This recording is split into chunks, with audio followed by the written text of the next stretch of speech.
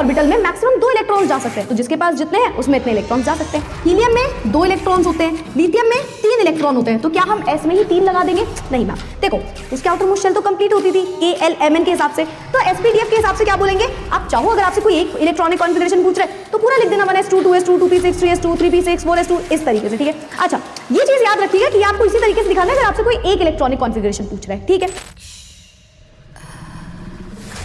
Hello everybody and welcome to Next Toppers. My name is Tapur Omar, your chemistry educator, your Miss Exception, and मैं आ चुकी हूँ एक नए video के साथ जिसमें हम करेंगे 1 से लेकर के 30 तक एलिमेंट्स की इलेक्ट्रॉनिक कॉन्फ़िगरेशन, वो भी 5 से 10 मिनट के अंदर। आई होप सो आपने इससे पहले अफवाह प्रिंसिपल वाला वीडियो देख लिया होगा जो कि 5 मिनट का था, ठीक है, वो जरूर देख लेना क्योंकि वो यहाँ से बहुत ज्यादा रिलेटेड है, ठीक है। चलो अब हमें पता है बेटा कि N+L रूल जो होता है उसी के बेसिस पे किसी भी शेल सबशेल इन सबकी एनर्जीज होती है ना। जिसकी एनर्जी कम उसमें इलेक्ट्रॉन पहले जाएगा, फिर जिसकी एनर्जी ज्यादा उसमें इलेक्ट्रॉन जाता जाएगा बाद में, ठीक है। और हमें यह भी पता है कि हमारे पास होते हैं total 4 subshells S, P, D and F।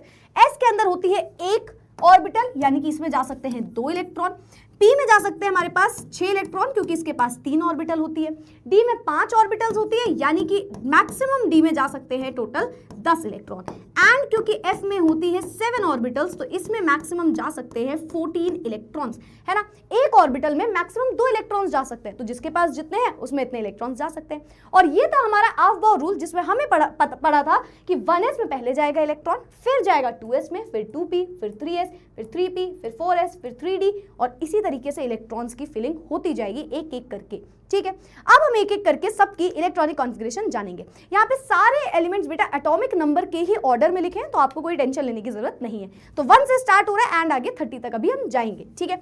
तो हाइड्रोजन में क्योंकि एक ही इलेक्ट्रॉन होता है, यस मैम, तो हाइड्रोजन का इलेक्ट्रॉन सबसे पहले किस में गया होगा? 1s में, तो 1 इलेक्ट्रॉन। हीलियम में 2 इलेक्ट्रॉन्स होते हैं, लिथियम में 3 इलेक्ट्रॉन होते हैं, तो क्या हम s में ही 3 लगा देंगे? नहीं मैम, देखो क्योंकि s में केवल 2 ही इलेक्ट्रॉन जा सकते हैं तो अब हमें आगे बढ़ना पड़ेगा यानी कि 2s में आना पड़ेगा। तो नेक्स्ट इलेक्ट्रॉन 2s में जाएगा। अब 2s में एक एक करके इलेक्ट्रॉन्स जाएंगे, तो 2s में गया 1, तो देखो 3 इलेक्ट्रॉन्स की फिलिंग हो गई। बेरिलियम में 4 इलेक्ट्रॉन होते हैं तो 1s2 2s2। बोरॉन की बात करें तो 1s2 2s2। अब 5वां इलेक्ट्रॉन कहाँ जाएगा? तो 1s2 2s2 के बाद आ रहा था हमारे पास 2p, क्या आ रहा था? 2p। तो नेक्स्ट इलेक्ट्रॉन एक एक करके अब 2p में जाना स्टार्ट होगा, तो हमारे पास आ गया 2p में 1 इलेक्ट्रॉन, ठीक है। कार्बन में कितना हो जाएगा? अब देखो यहाँ से तो चीजें सेम होने वाली हैं थोड़ी देर तक, तो इसको एज इट इज कॉमन कर दें। ये तो कार्बन में भी आएगा, नाइट्रोजन में भी आएगा, ऑक्सीजन में भी आएगा, है ना, ये तो सभी में आने वाला है, तो इसको थोड़ी देर के लिए हम बोलते हैं ये तो कॉमन रहने वाला है। अब 2p में एक एक करके इलेक्ट्रॉन जाएगा, 2 इलेक्ट्रॉन, नाइट्रोजन में जाएंगे 3 इलेक्ट्रॉन्स, ऑक्सीजन में जाएंगे 4 इलेक्ट्रॉन, फ्लोरीन में जाएंगे 5 इलेक्ट्रॉन, एंड नियॉन हमारी नोबल गैस है तो उसके आउटर मोस्ट शेल तो कंप्लीट होती थी KLMN के हिसाब से, तो SPDF के हिसाब से क्या बोलेंगे कि मैम टोटल 6 इलेक्ट्रॉन्स नाइट्रोजन में जाएंगे। और देखो अगर P में 6 इलेक्ट्रॉन चले गए तो उसकी ऑर्बिटल पूरी तरीके से फुलफिल्ड हो गई, कंप्लीटली फिल्ड हो गई, और यही ये नोबल गैस कहलाएगी इस वजह से। चलो आगे बढ़ते हैं। सोडियम में 11 इलेक्ट्रॉन भेजने हैं, आप स्टार्टिंग से करते हैं, ठीक है, वापस से 1s2 2s2 2p, कितने इलेक्ट्रॉन भेजने हैं? 11। 6 तक के इलेक्ट्रॉन्स तो हम मैम भेज चुके हैं, यानी कि टोटल देखो 6 7 8 9 10 इलेक्ट्रॉन्स हो गए। अब क्या आता है? 1s2 2s2 2p 6 के बाद आता है 3s, तो 3s में जाएगा 1 इलेक्ट्रॉन। फिर मैग्नीशियम में क्या होगा? 1s2, अब अगेन चलो यहाँ पे लिख लेते हैं, खैर 1s2 2s2 2p6 3s2, कितने इलेक्ट्रॉन हो गए मैम? 10 11 12 इलेक्ट्रॉन्स हो गए। इसकी जगह इसको कई जगह पे ऐसे भी लिखा जाता है, देखो ऐसे कि इसमें लिख दो नियॉन और फिर लिख देंगे हम 3s2। क्यों मैम? ऊपर भी हम ये कर सकते थे नियॉन और 3s1, क्यों कर सकते थे मैम? क्योंकि नियॉन में 10 तक के इलेक्ट्रॉन हमने बेटा भेज चुके हैं, ठीक है, तो हम एज इट इज लिख सकते थे।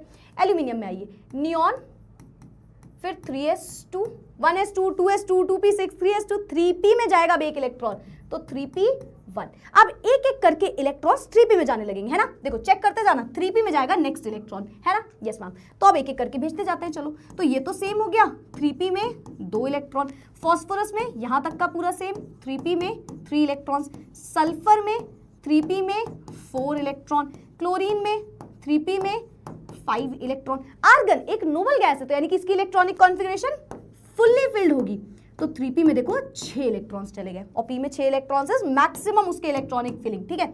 चलो अब हम आगे बढ़ते हैं कैल्शियम में। कैल्शियम और पोटेशियम में देखो क्या होगा, पोटेशियम ये तो सेम रहेगा, है ना, ये तो सेम रहेगा पूरा, क्यों? क्योंकि 18, 10, 11, 12 हो गया।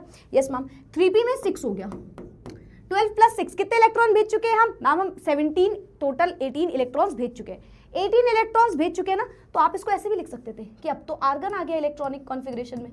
आर्गन 18 इलेक्ट्रॉन भेज दिया मैम। और नेक्स्ट इलेक्ट्रॉन 3p के बाद क्या आता है? 3p के बाद आता है हमारे पास 4s की एंट्री होती है, ठीक है। तो 4s में जाएगा 1 इलेक्ट्रॉन। एंड कैल्शियम में कैसे होगा कि मैम आर्गन आएगा और 4s में जाएंगे 2 इलेक्ट्रॉन। तो ये हो गई 20 तक की इलेक्ट्रॉनिक कॉन्फ़िगरेशन। आप चाहो अगर आपसे कोई एक इलेक्ट्रॉनिक कॉन्फ़िगरेशन पूछ रहा है तो पूरा लिख देना 1s2, 2s2, 2p6, 3s2, 3p6, 4s2 इस तरीके से, ठीक है। एंड हैबिट में डाल लो कि ये चीज आपको अपने आप याद भी होती जाए, ठीक है।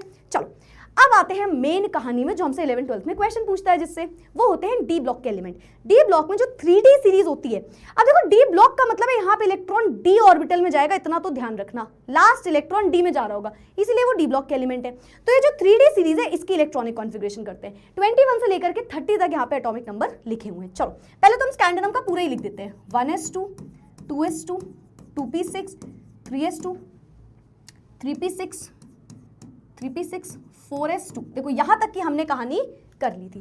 अब नेक्स्ट इलेक्ट्रॉन कहां जाएगा? सॉरी, नेक्स्ट इलेक्ट्रॉन कहां पे जाएगा? नेक्स्ट जाएगा मैम 3d में। तो पहला इलेक्ट्रॉन यहां गया, देखो 6, 7, 8, 9, 10, 10 प्लस 6 is 16, 17, 18, 19, 20, 21 एटॉमिक नंबर था, भेज दिए 21 इलेक्ट्रॉन्स। अच्छा ये चीज याद रखिएगा कि आपको इसी तरीके से दिखाना है अगर आपसे कोई एक इलेक्ट्रॉनिक कॉन्फ़िगरेशन पूछ रहा है, ठीक है। अच्छा तो लास्ट इलेक्ट्रॉन डी में गया, हाँ जी मैम। अब हमें पता है मैम ये तो हर बार सेम चलने वाला है ना, या आप चाहो तो यहाँ तक सेम लिख दो कि मैम ये तो हमेशा सेम चलने वाला है, ये तो हमेशा सेम चलने वाला है, लेकिन इसके आगे कैल्शियम मत लिख देना, वो नोबल गैसेस में लिखते हो आप केवल, ठीक है। तो यहाँ पे हम ये लगाते जाएंगे। अब कहाँ जाएगा इलेक्ट्रॉन? मैम इलेक्ट्रॉन जाएगा 4s2 3d में दूसरा इलेक्ट्रॉन। फिर वेनेडियम में क्या होगा? यहाँ तक का तो कहानी सेम है मैम। फिर 4s2 3d में 3 इलेक्ट्रॉन, 23 हो गया। अच्छा क्रोमियम को सुनना, अभी हम क्रोमियम को दूसरे कलर से लिखते हैं, फिर हम इस पर वापस आएंगे, ठीक है। यहाँ पे आ गया 4s2 3d में मैम 4 इलेक्ट्रॉन, ठीक है। फिर वापस से आते हैं मैंगनीज में क्या होगा? मैम 25 एटॉमिक नंबर है, तो 4s2 तक सेम कहानी। फिर 3d में गए मैम 5 इलेक्ट्रॉन। आयरन की अगर मैं बात करूं तो मैम यहां तक की कहानी सेम, 4s2 3d में 6 इलेक्ट्रॉन। अब मैम 7th इलेक्ट्रॉन कहीं और भेज देना, नहीं डी में तो 10 इलेक्ट्रॉन जा सकते हैं ना मैक्सिमम, तो ये सारी कहानी अभी सेम चलने वाली है, ठीक है। ये सारी कहानी हमारी कुछ सेम चलने वाली है।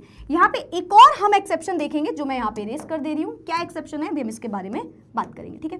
तो यहाँ पे क्या आएगा? हर एक में आएगा मैम 4s2, 4s2, 4s2, ठीक है। 3d 6 हो गया, फिर आएगा 3d 7, 3d 8, 3d 9 and last में 3d 10 इलेक्ट्रॉन्स, ठीक है। और ये वाला जो हमारा एक्सेप्शन है इसको हम दूसरे कलर से लिख रहे हैं, तो दूसरा कलर लिख दो 4s2 3d 9। अब सुनना ध्यान से मेरी बात को, यहाँ पे हमने 2 एक्सेप्शंस देखे। एक एक्सेप्शन हमारे पास ये क्रोमियम में मैम ने बोला और एक एक्सेप्शन कॉपर में बोला। इस एक्सेप्शन को हम याद रखते हैं with the trick cooker. Cooker क्या है मैम? कु मतलब कॉपर एंड कर मतलब क्रोमियम। ये कॉपर और क्रोमियम यहाँ पे इनकी इलेक्ट्रॉनिक कॉन्फ़िगरेशन में एक्सेप्शन होता है। इनकी इलेक्ट्रॉनिक कॉन्फ़िगरेशन की अगर हम रियल लाइफ की बात करें, यानी कि जो होना चाहिए वो क्या दिख रहा है? वो दिख रहा है मैम 4s2 3d4, है ना।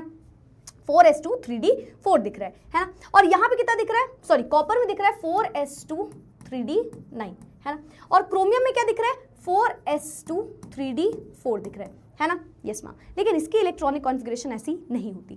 फिर कैसी होती है मैम? फिर कैसी होती है ध्यान से देखना। अच्छा यहाँ तक आप चाहो तो आर्गन लिख सकते थे, है ना। वो तो हमने 4s2 हटा दिया, तो आप चाहो तो हर जगह पे आप लिख दो organ, that is up to you.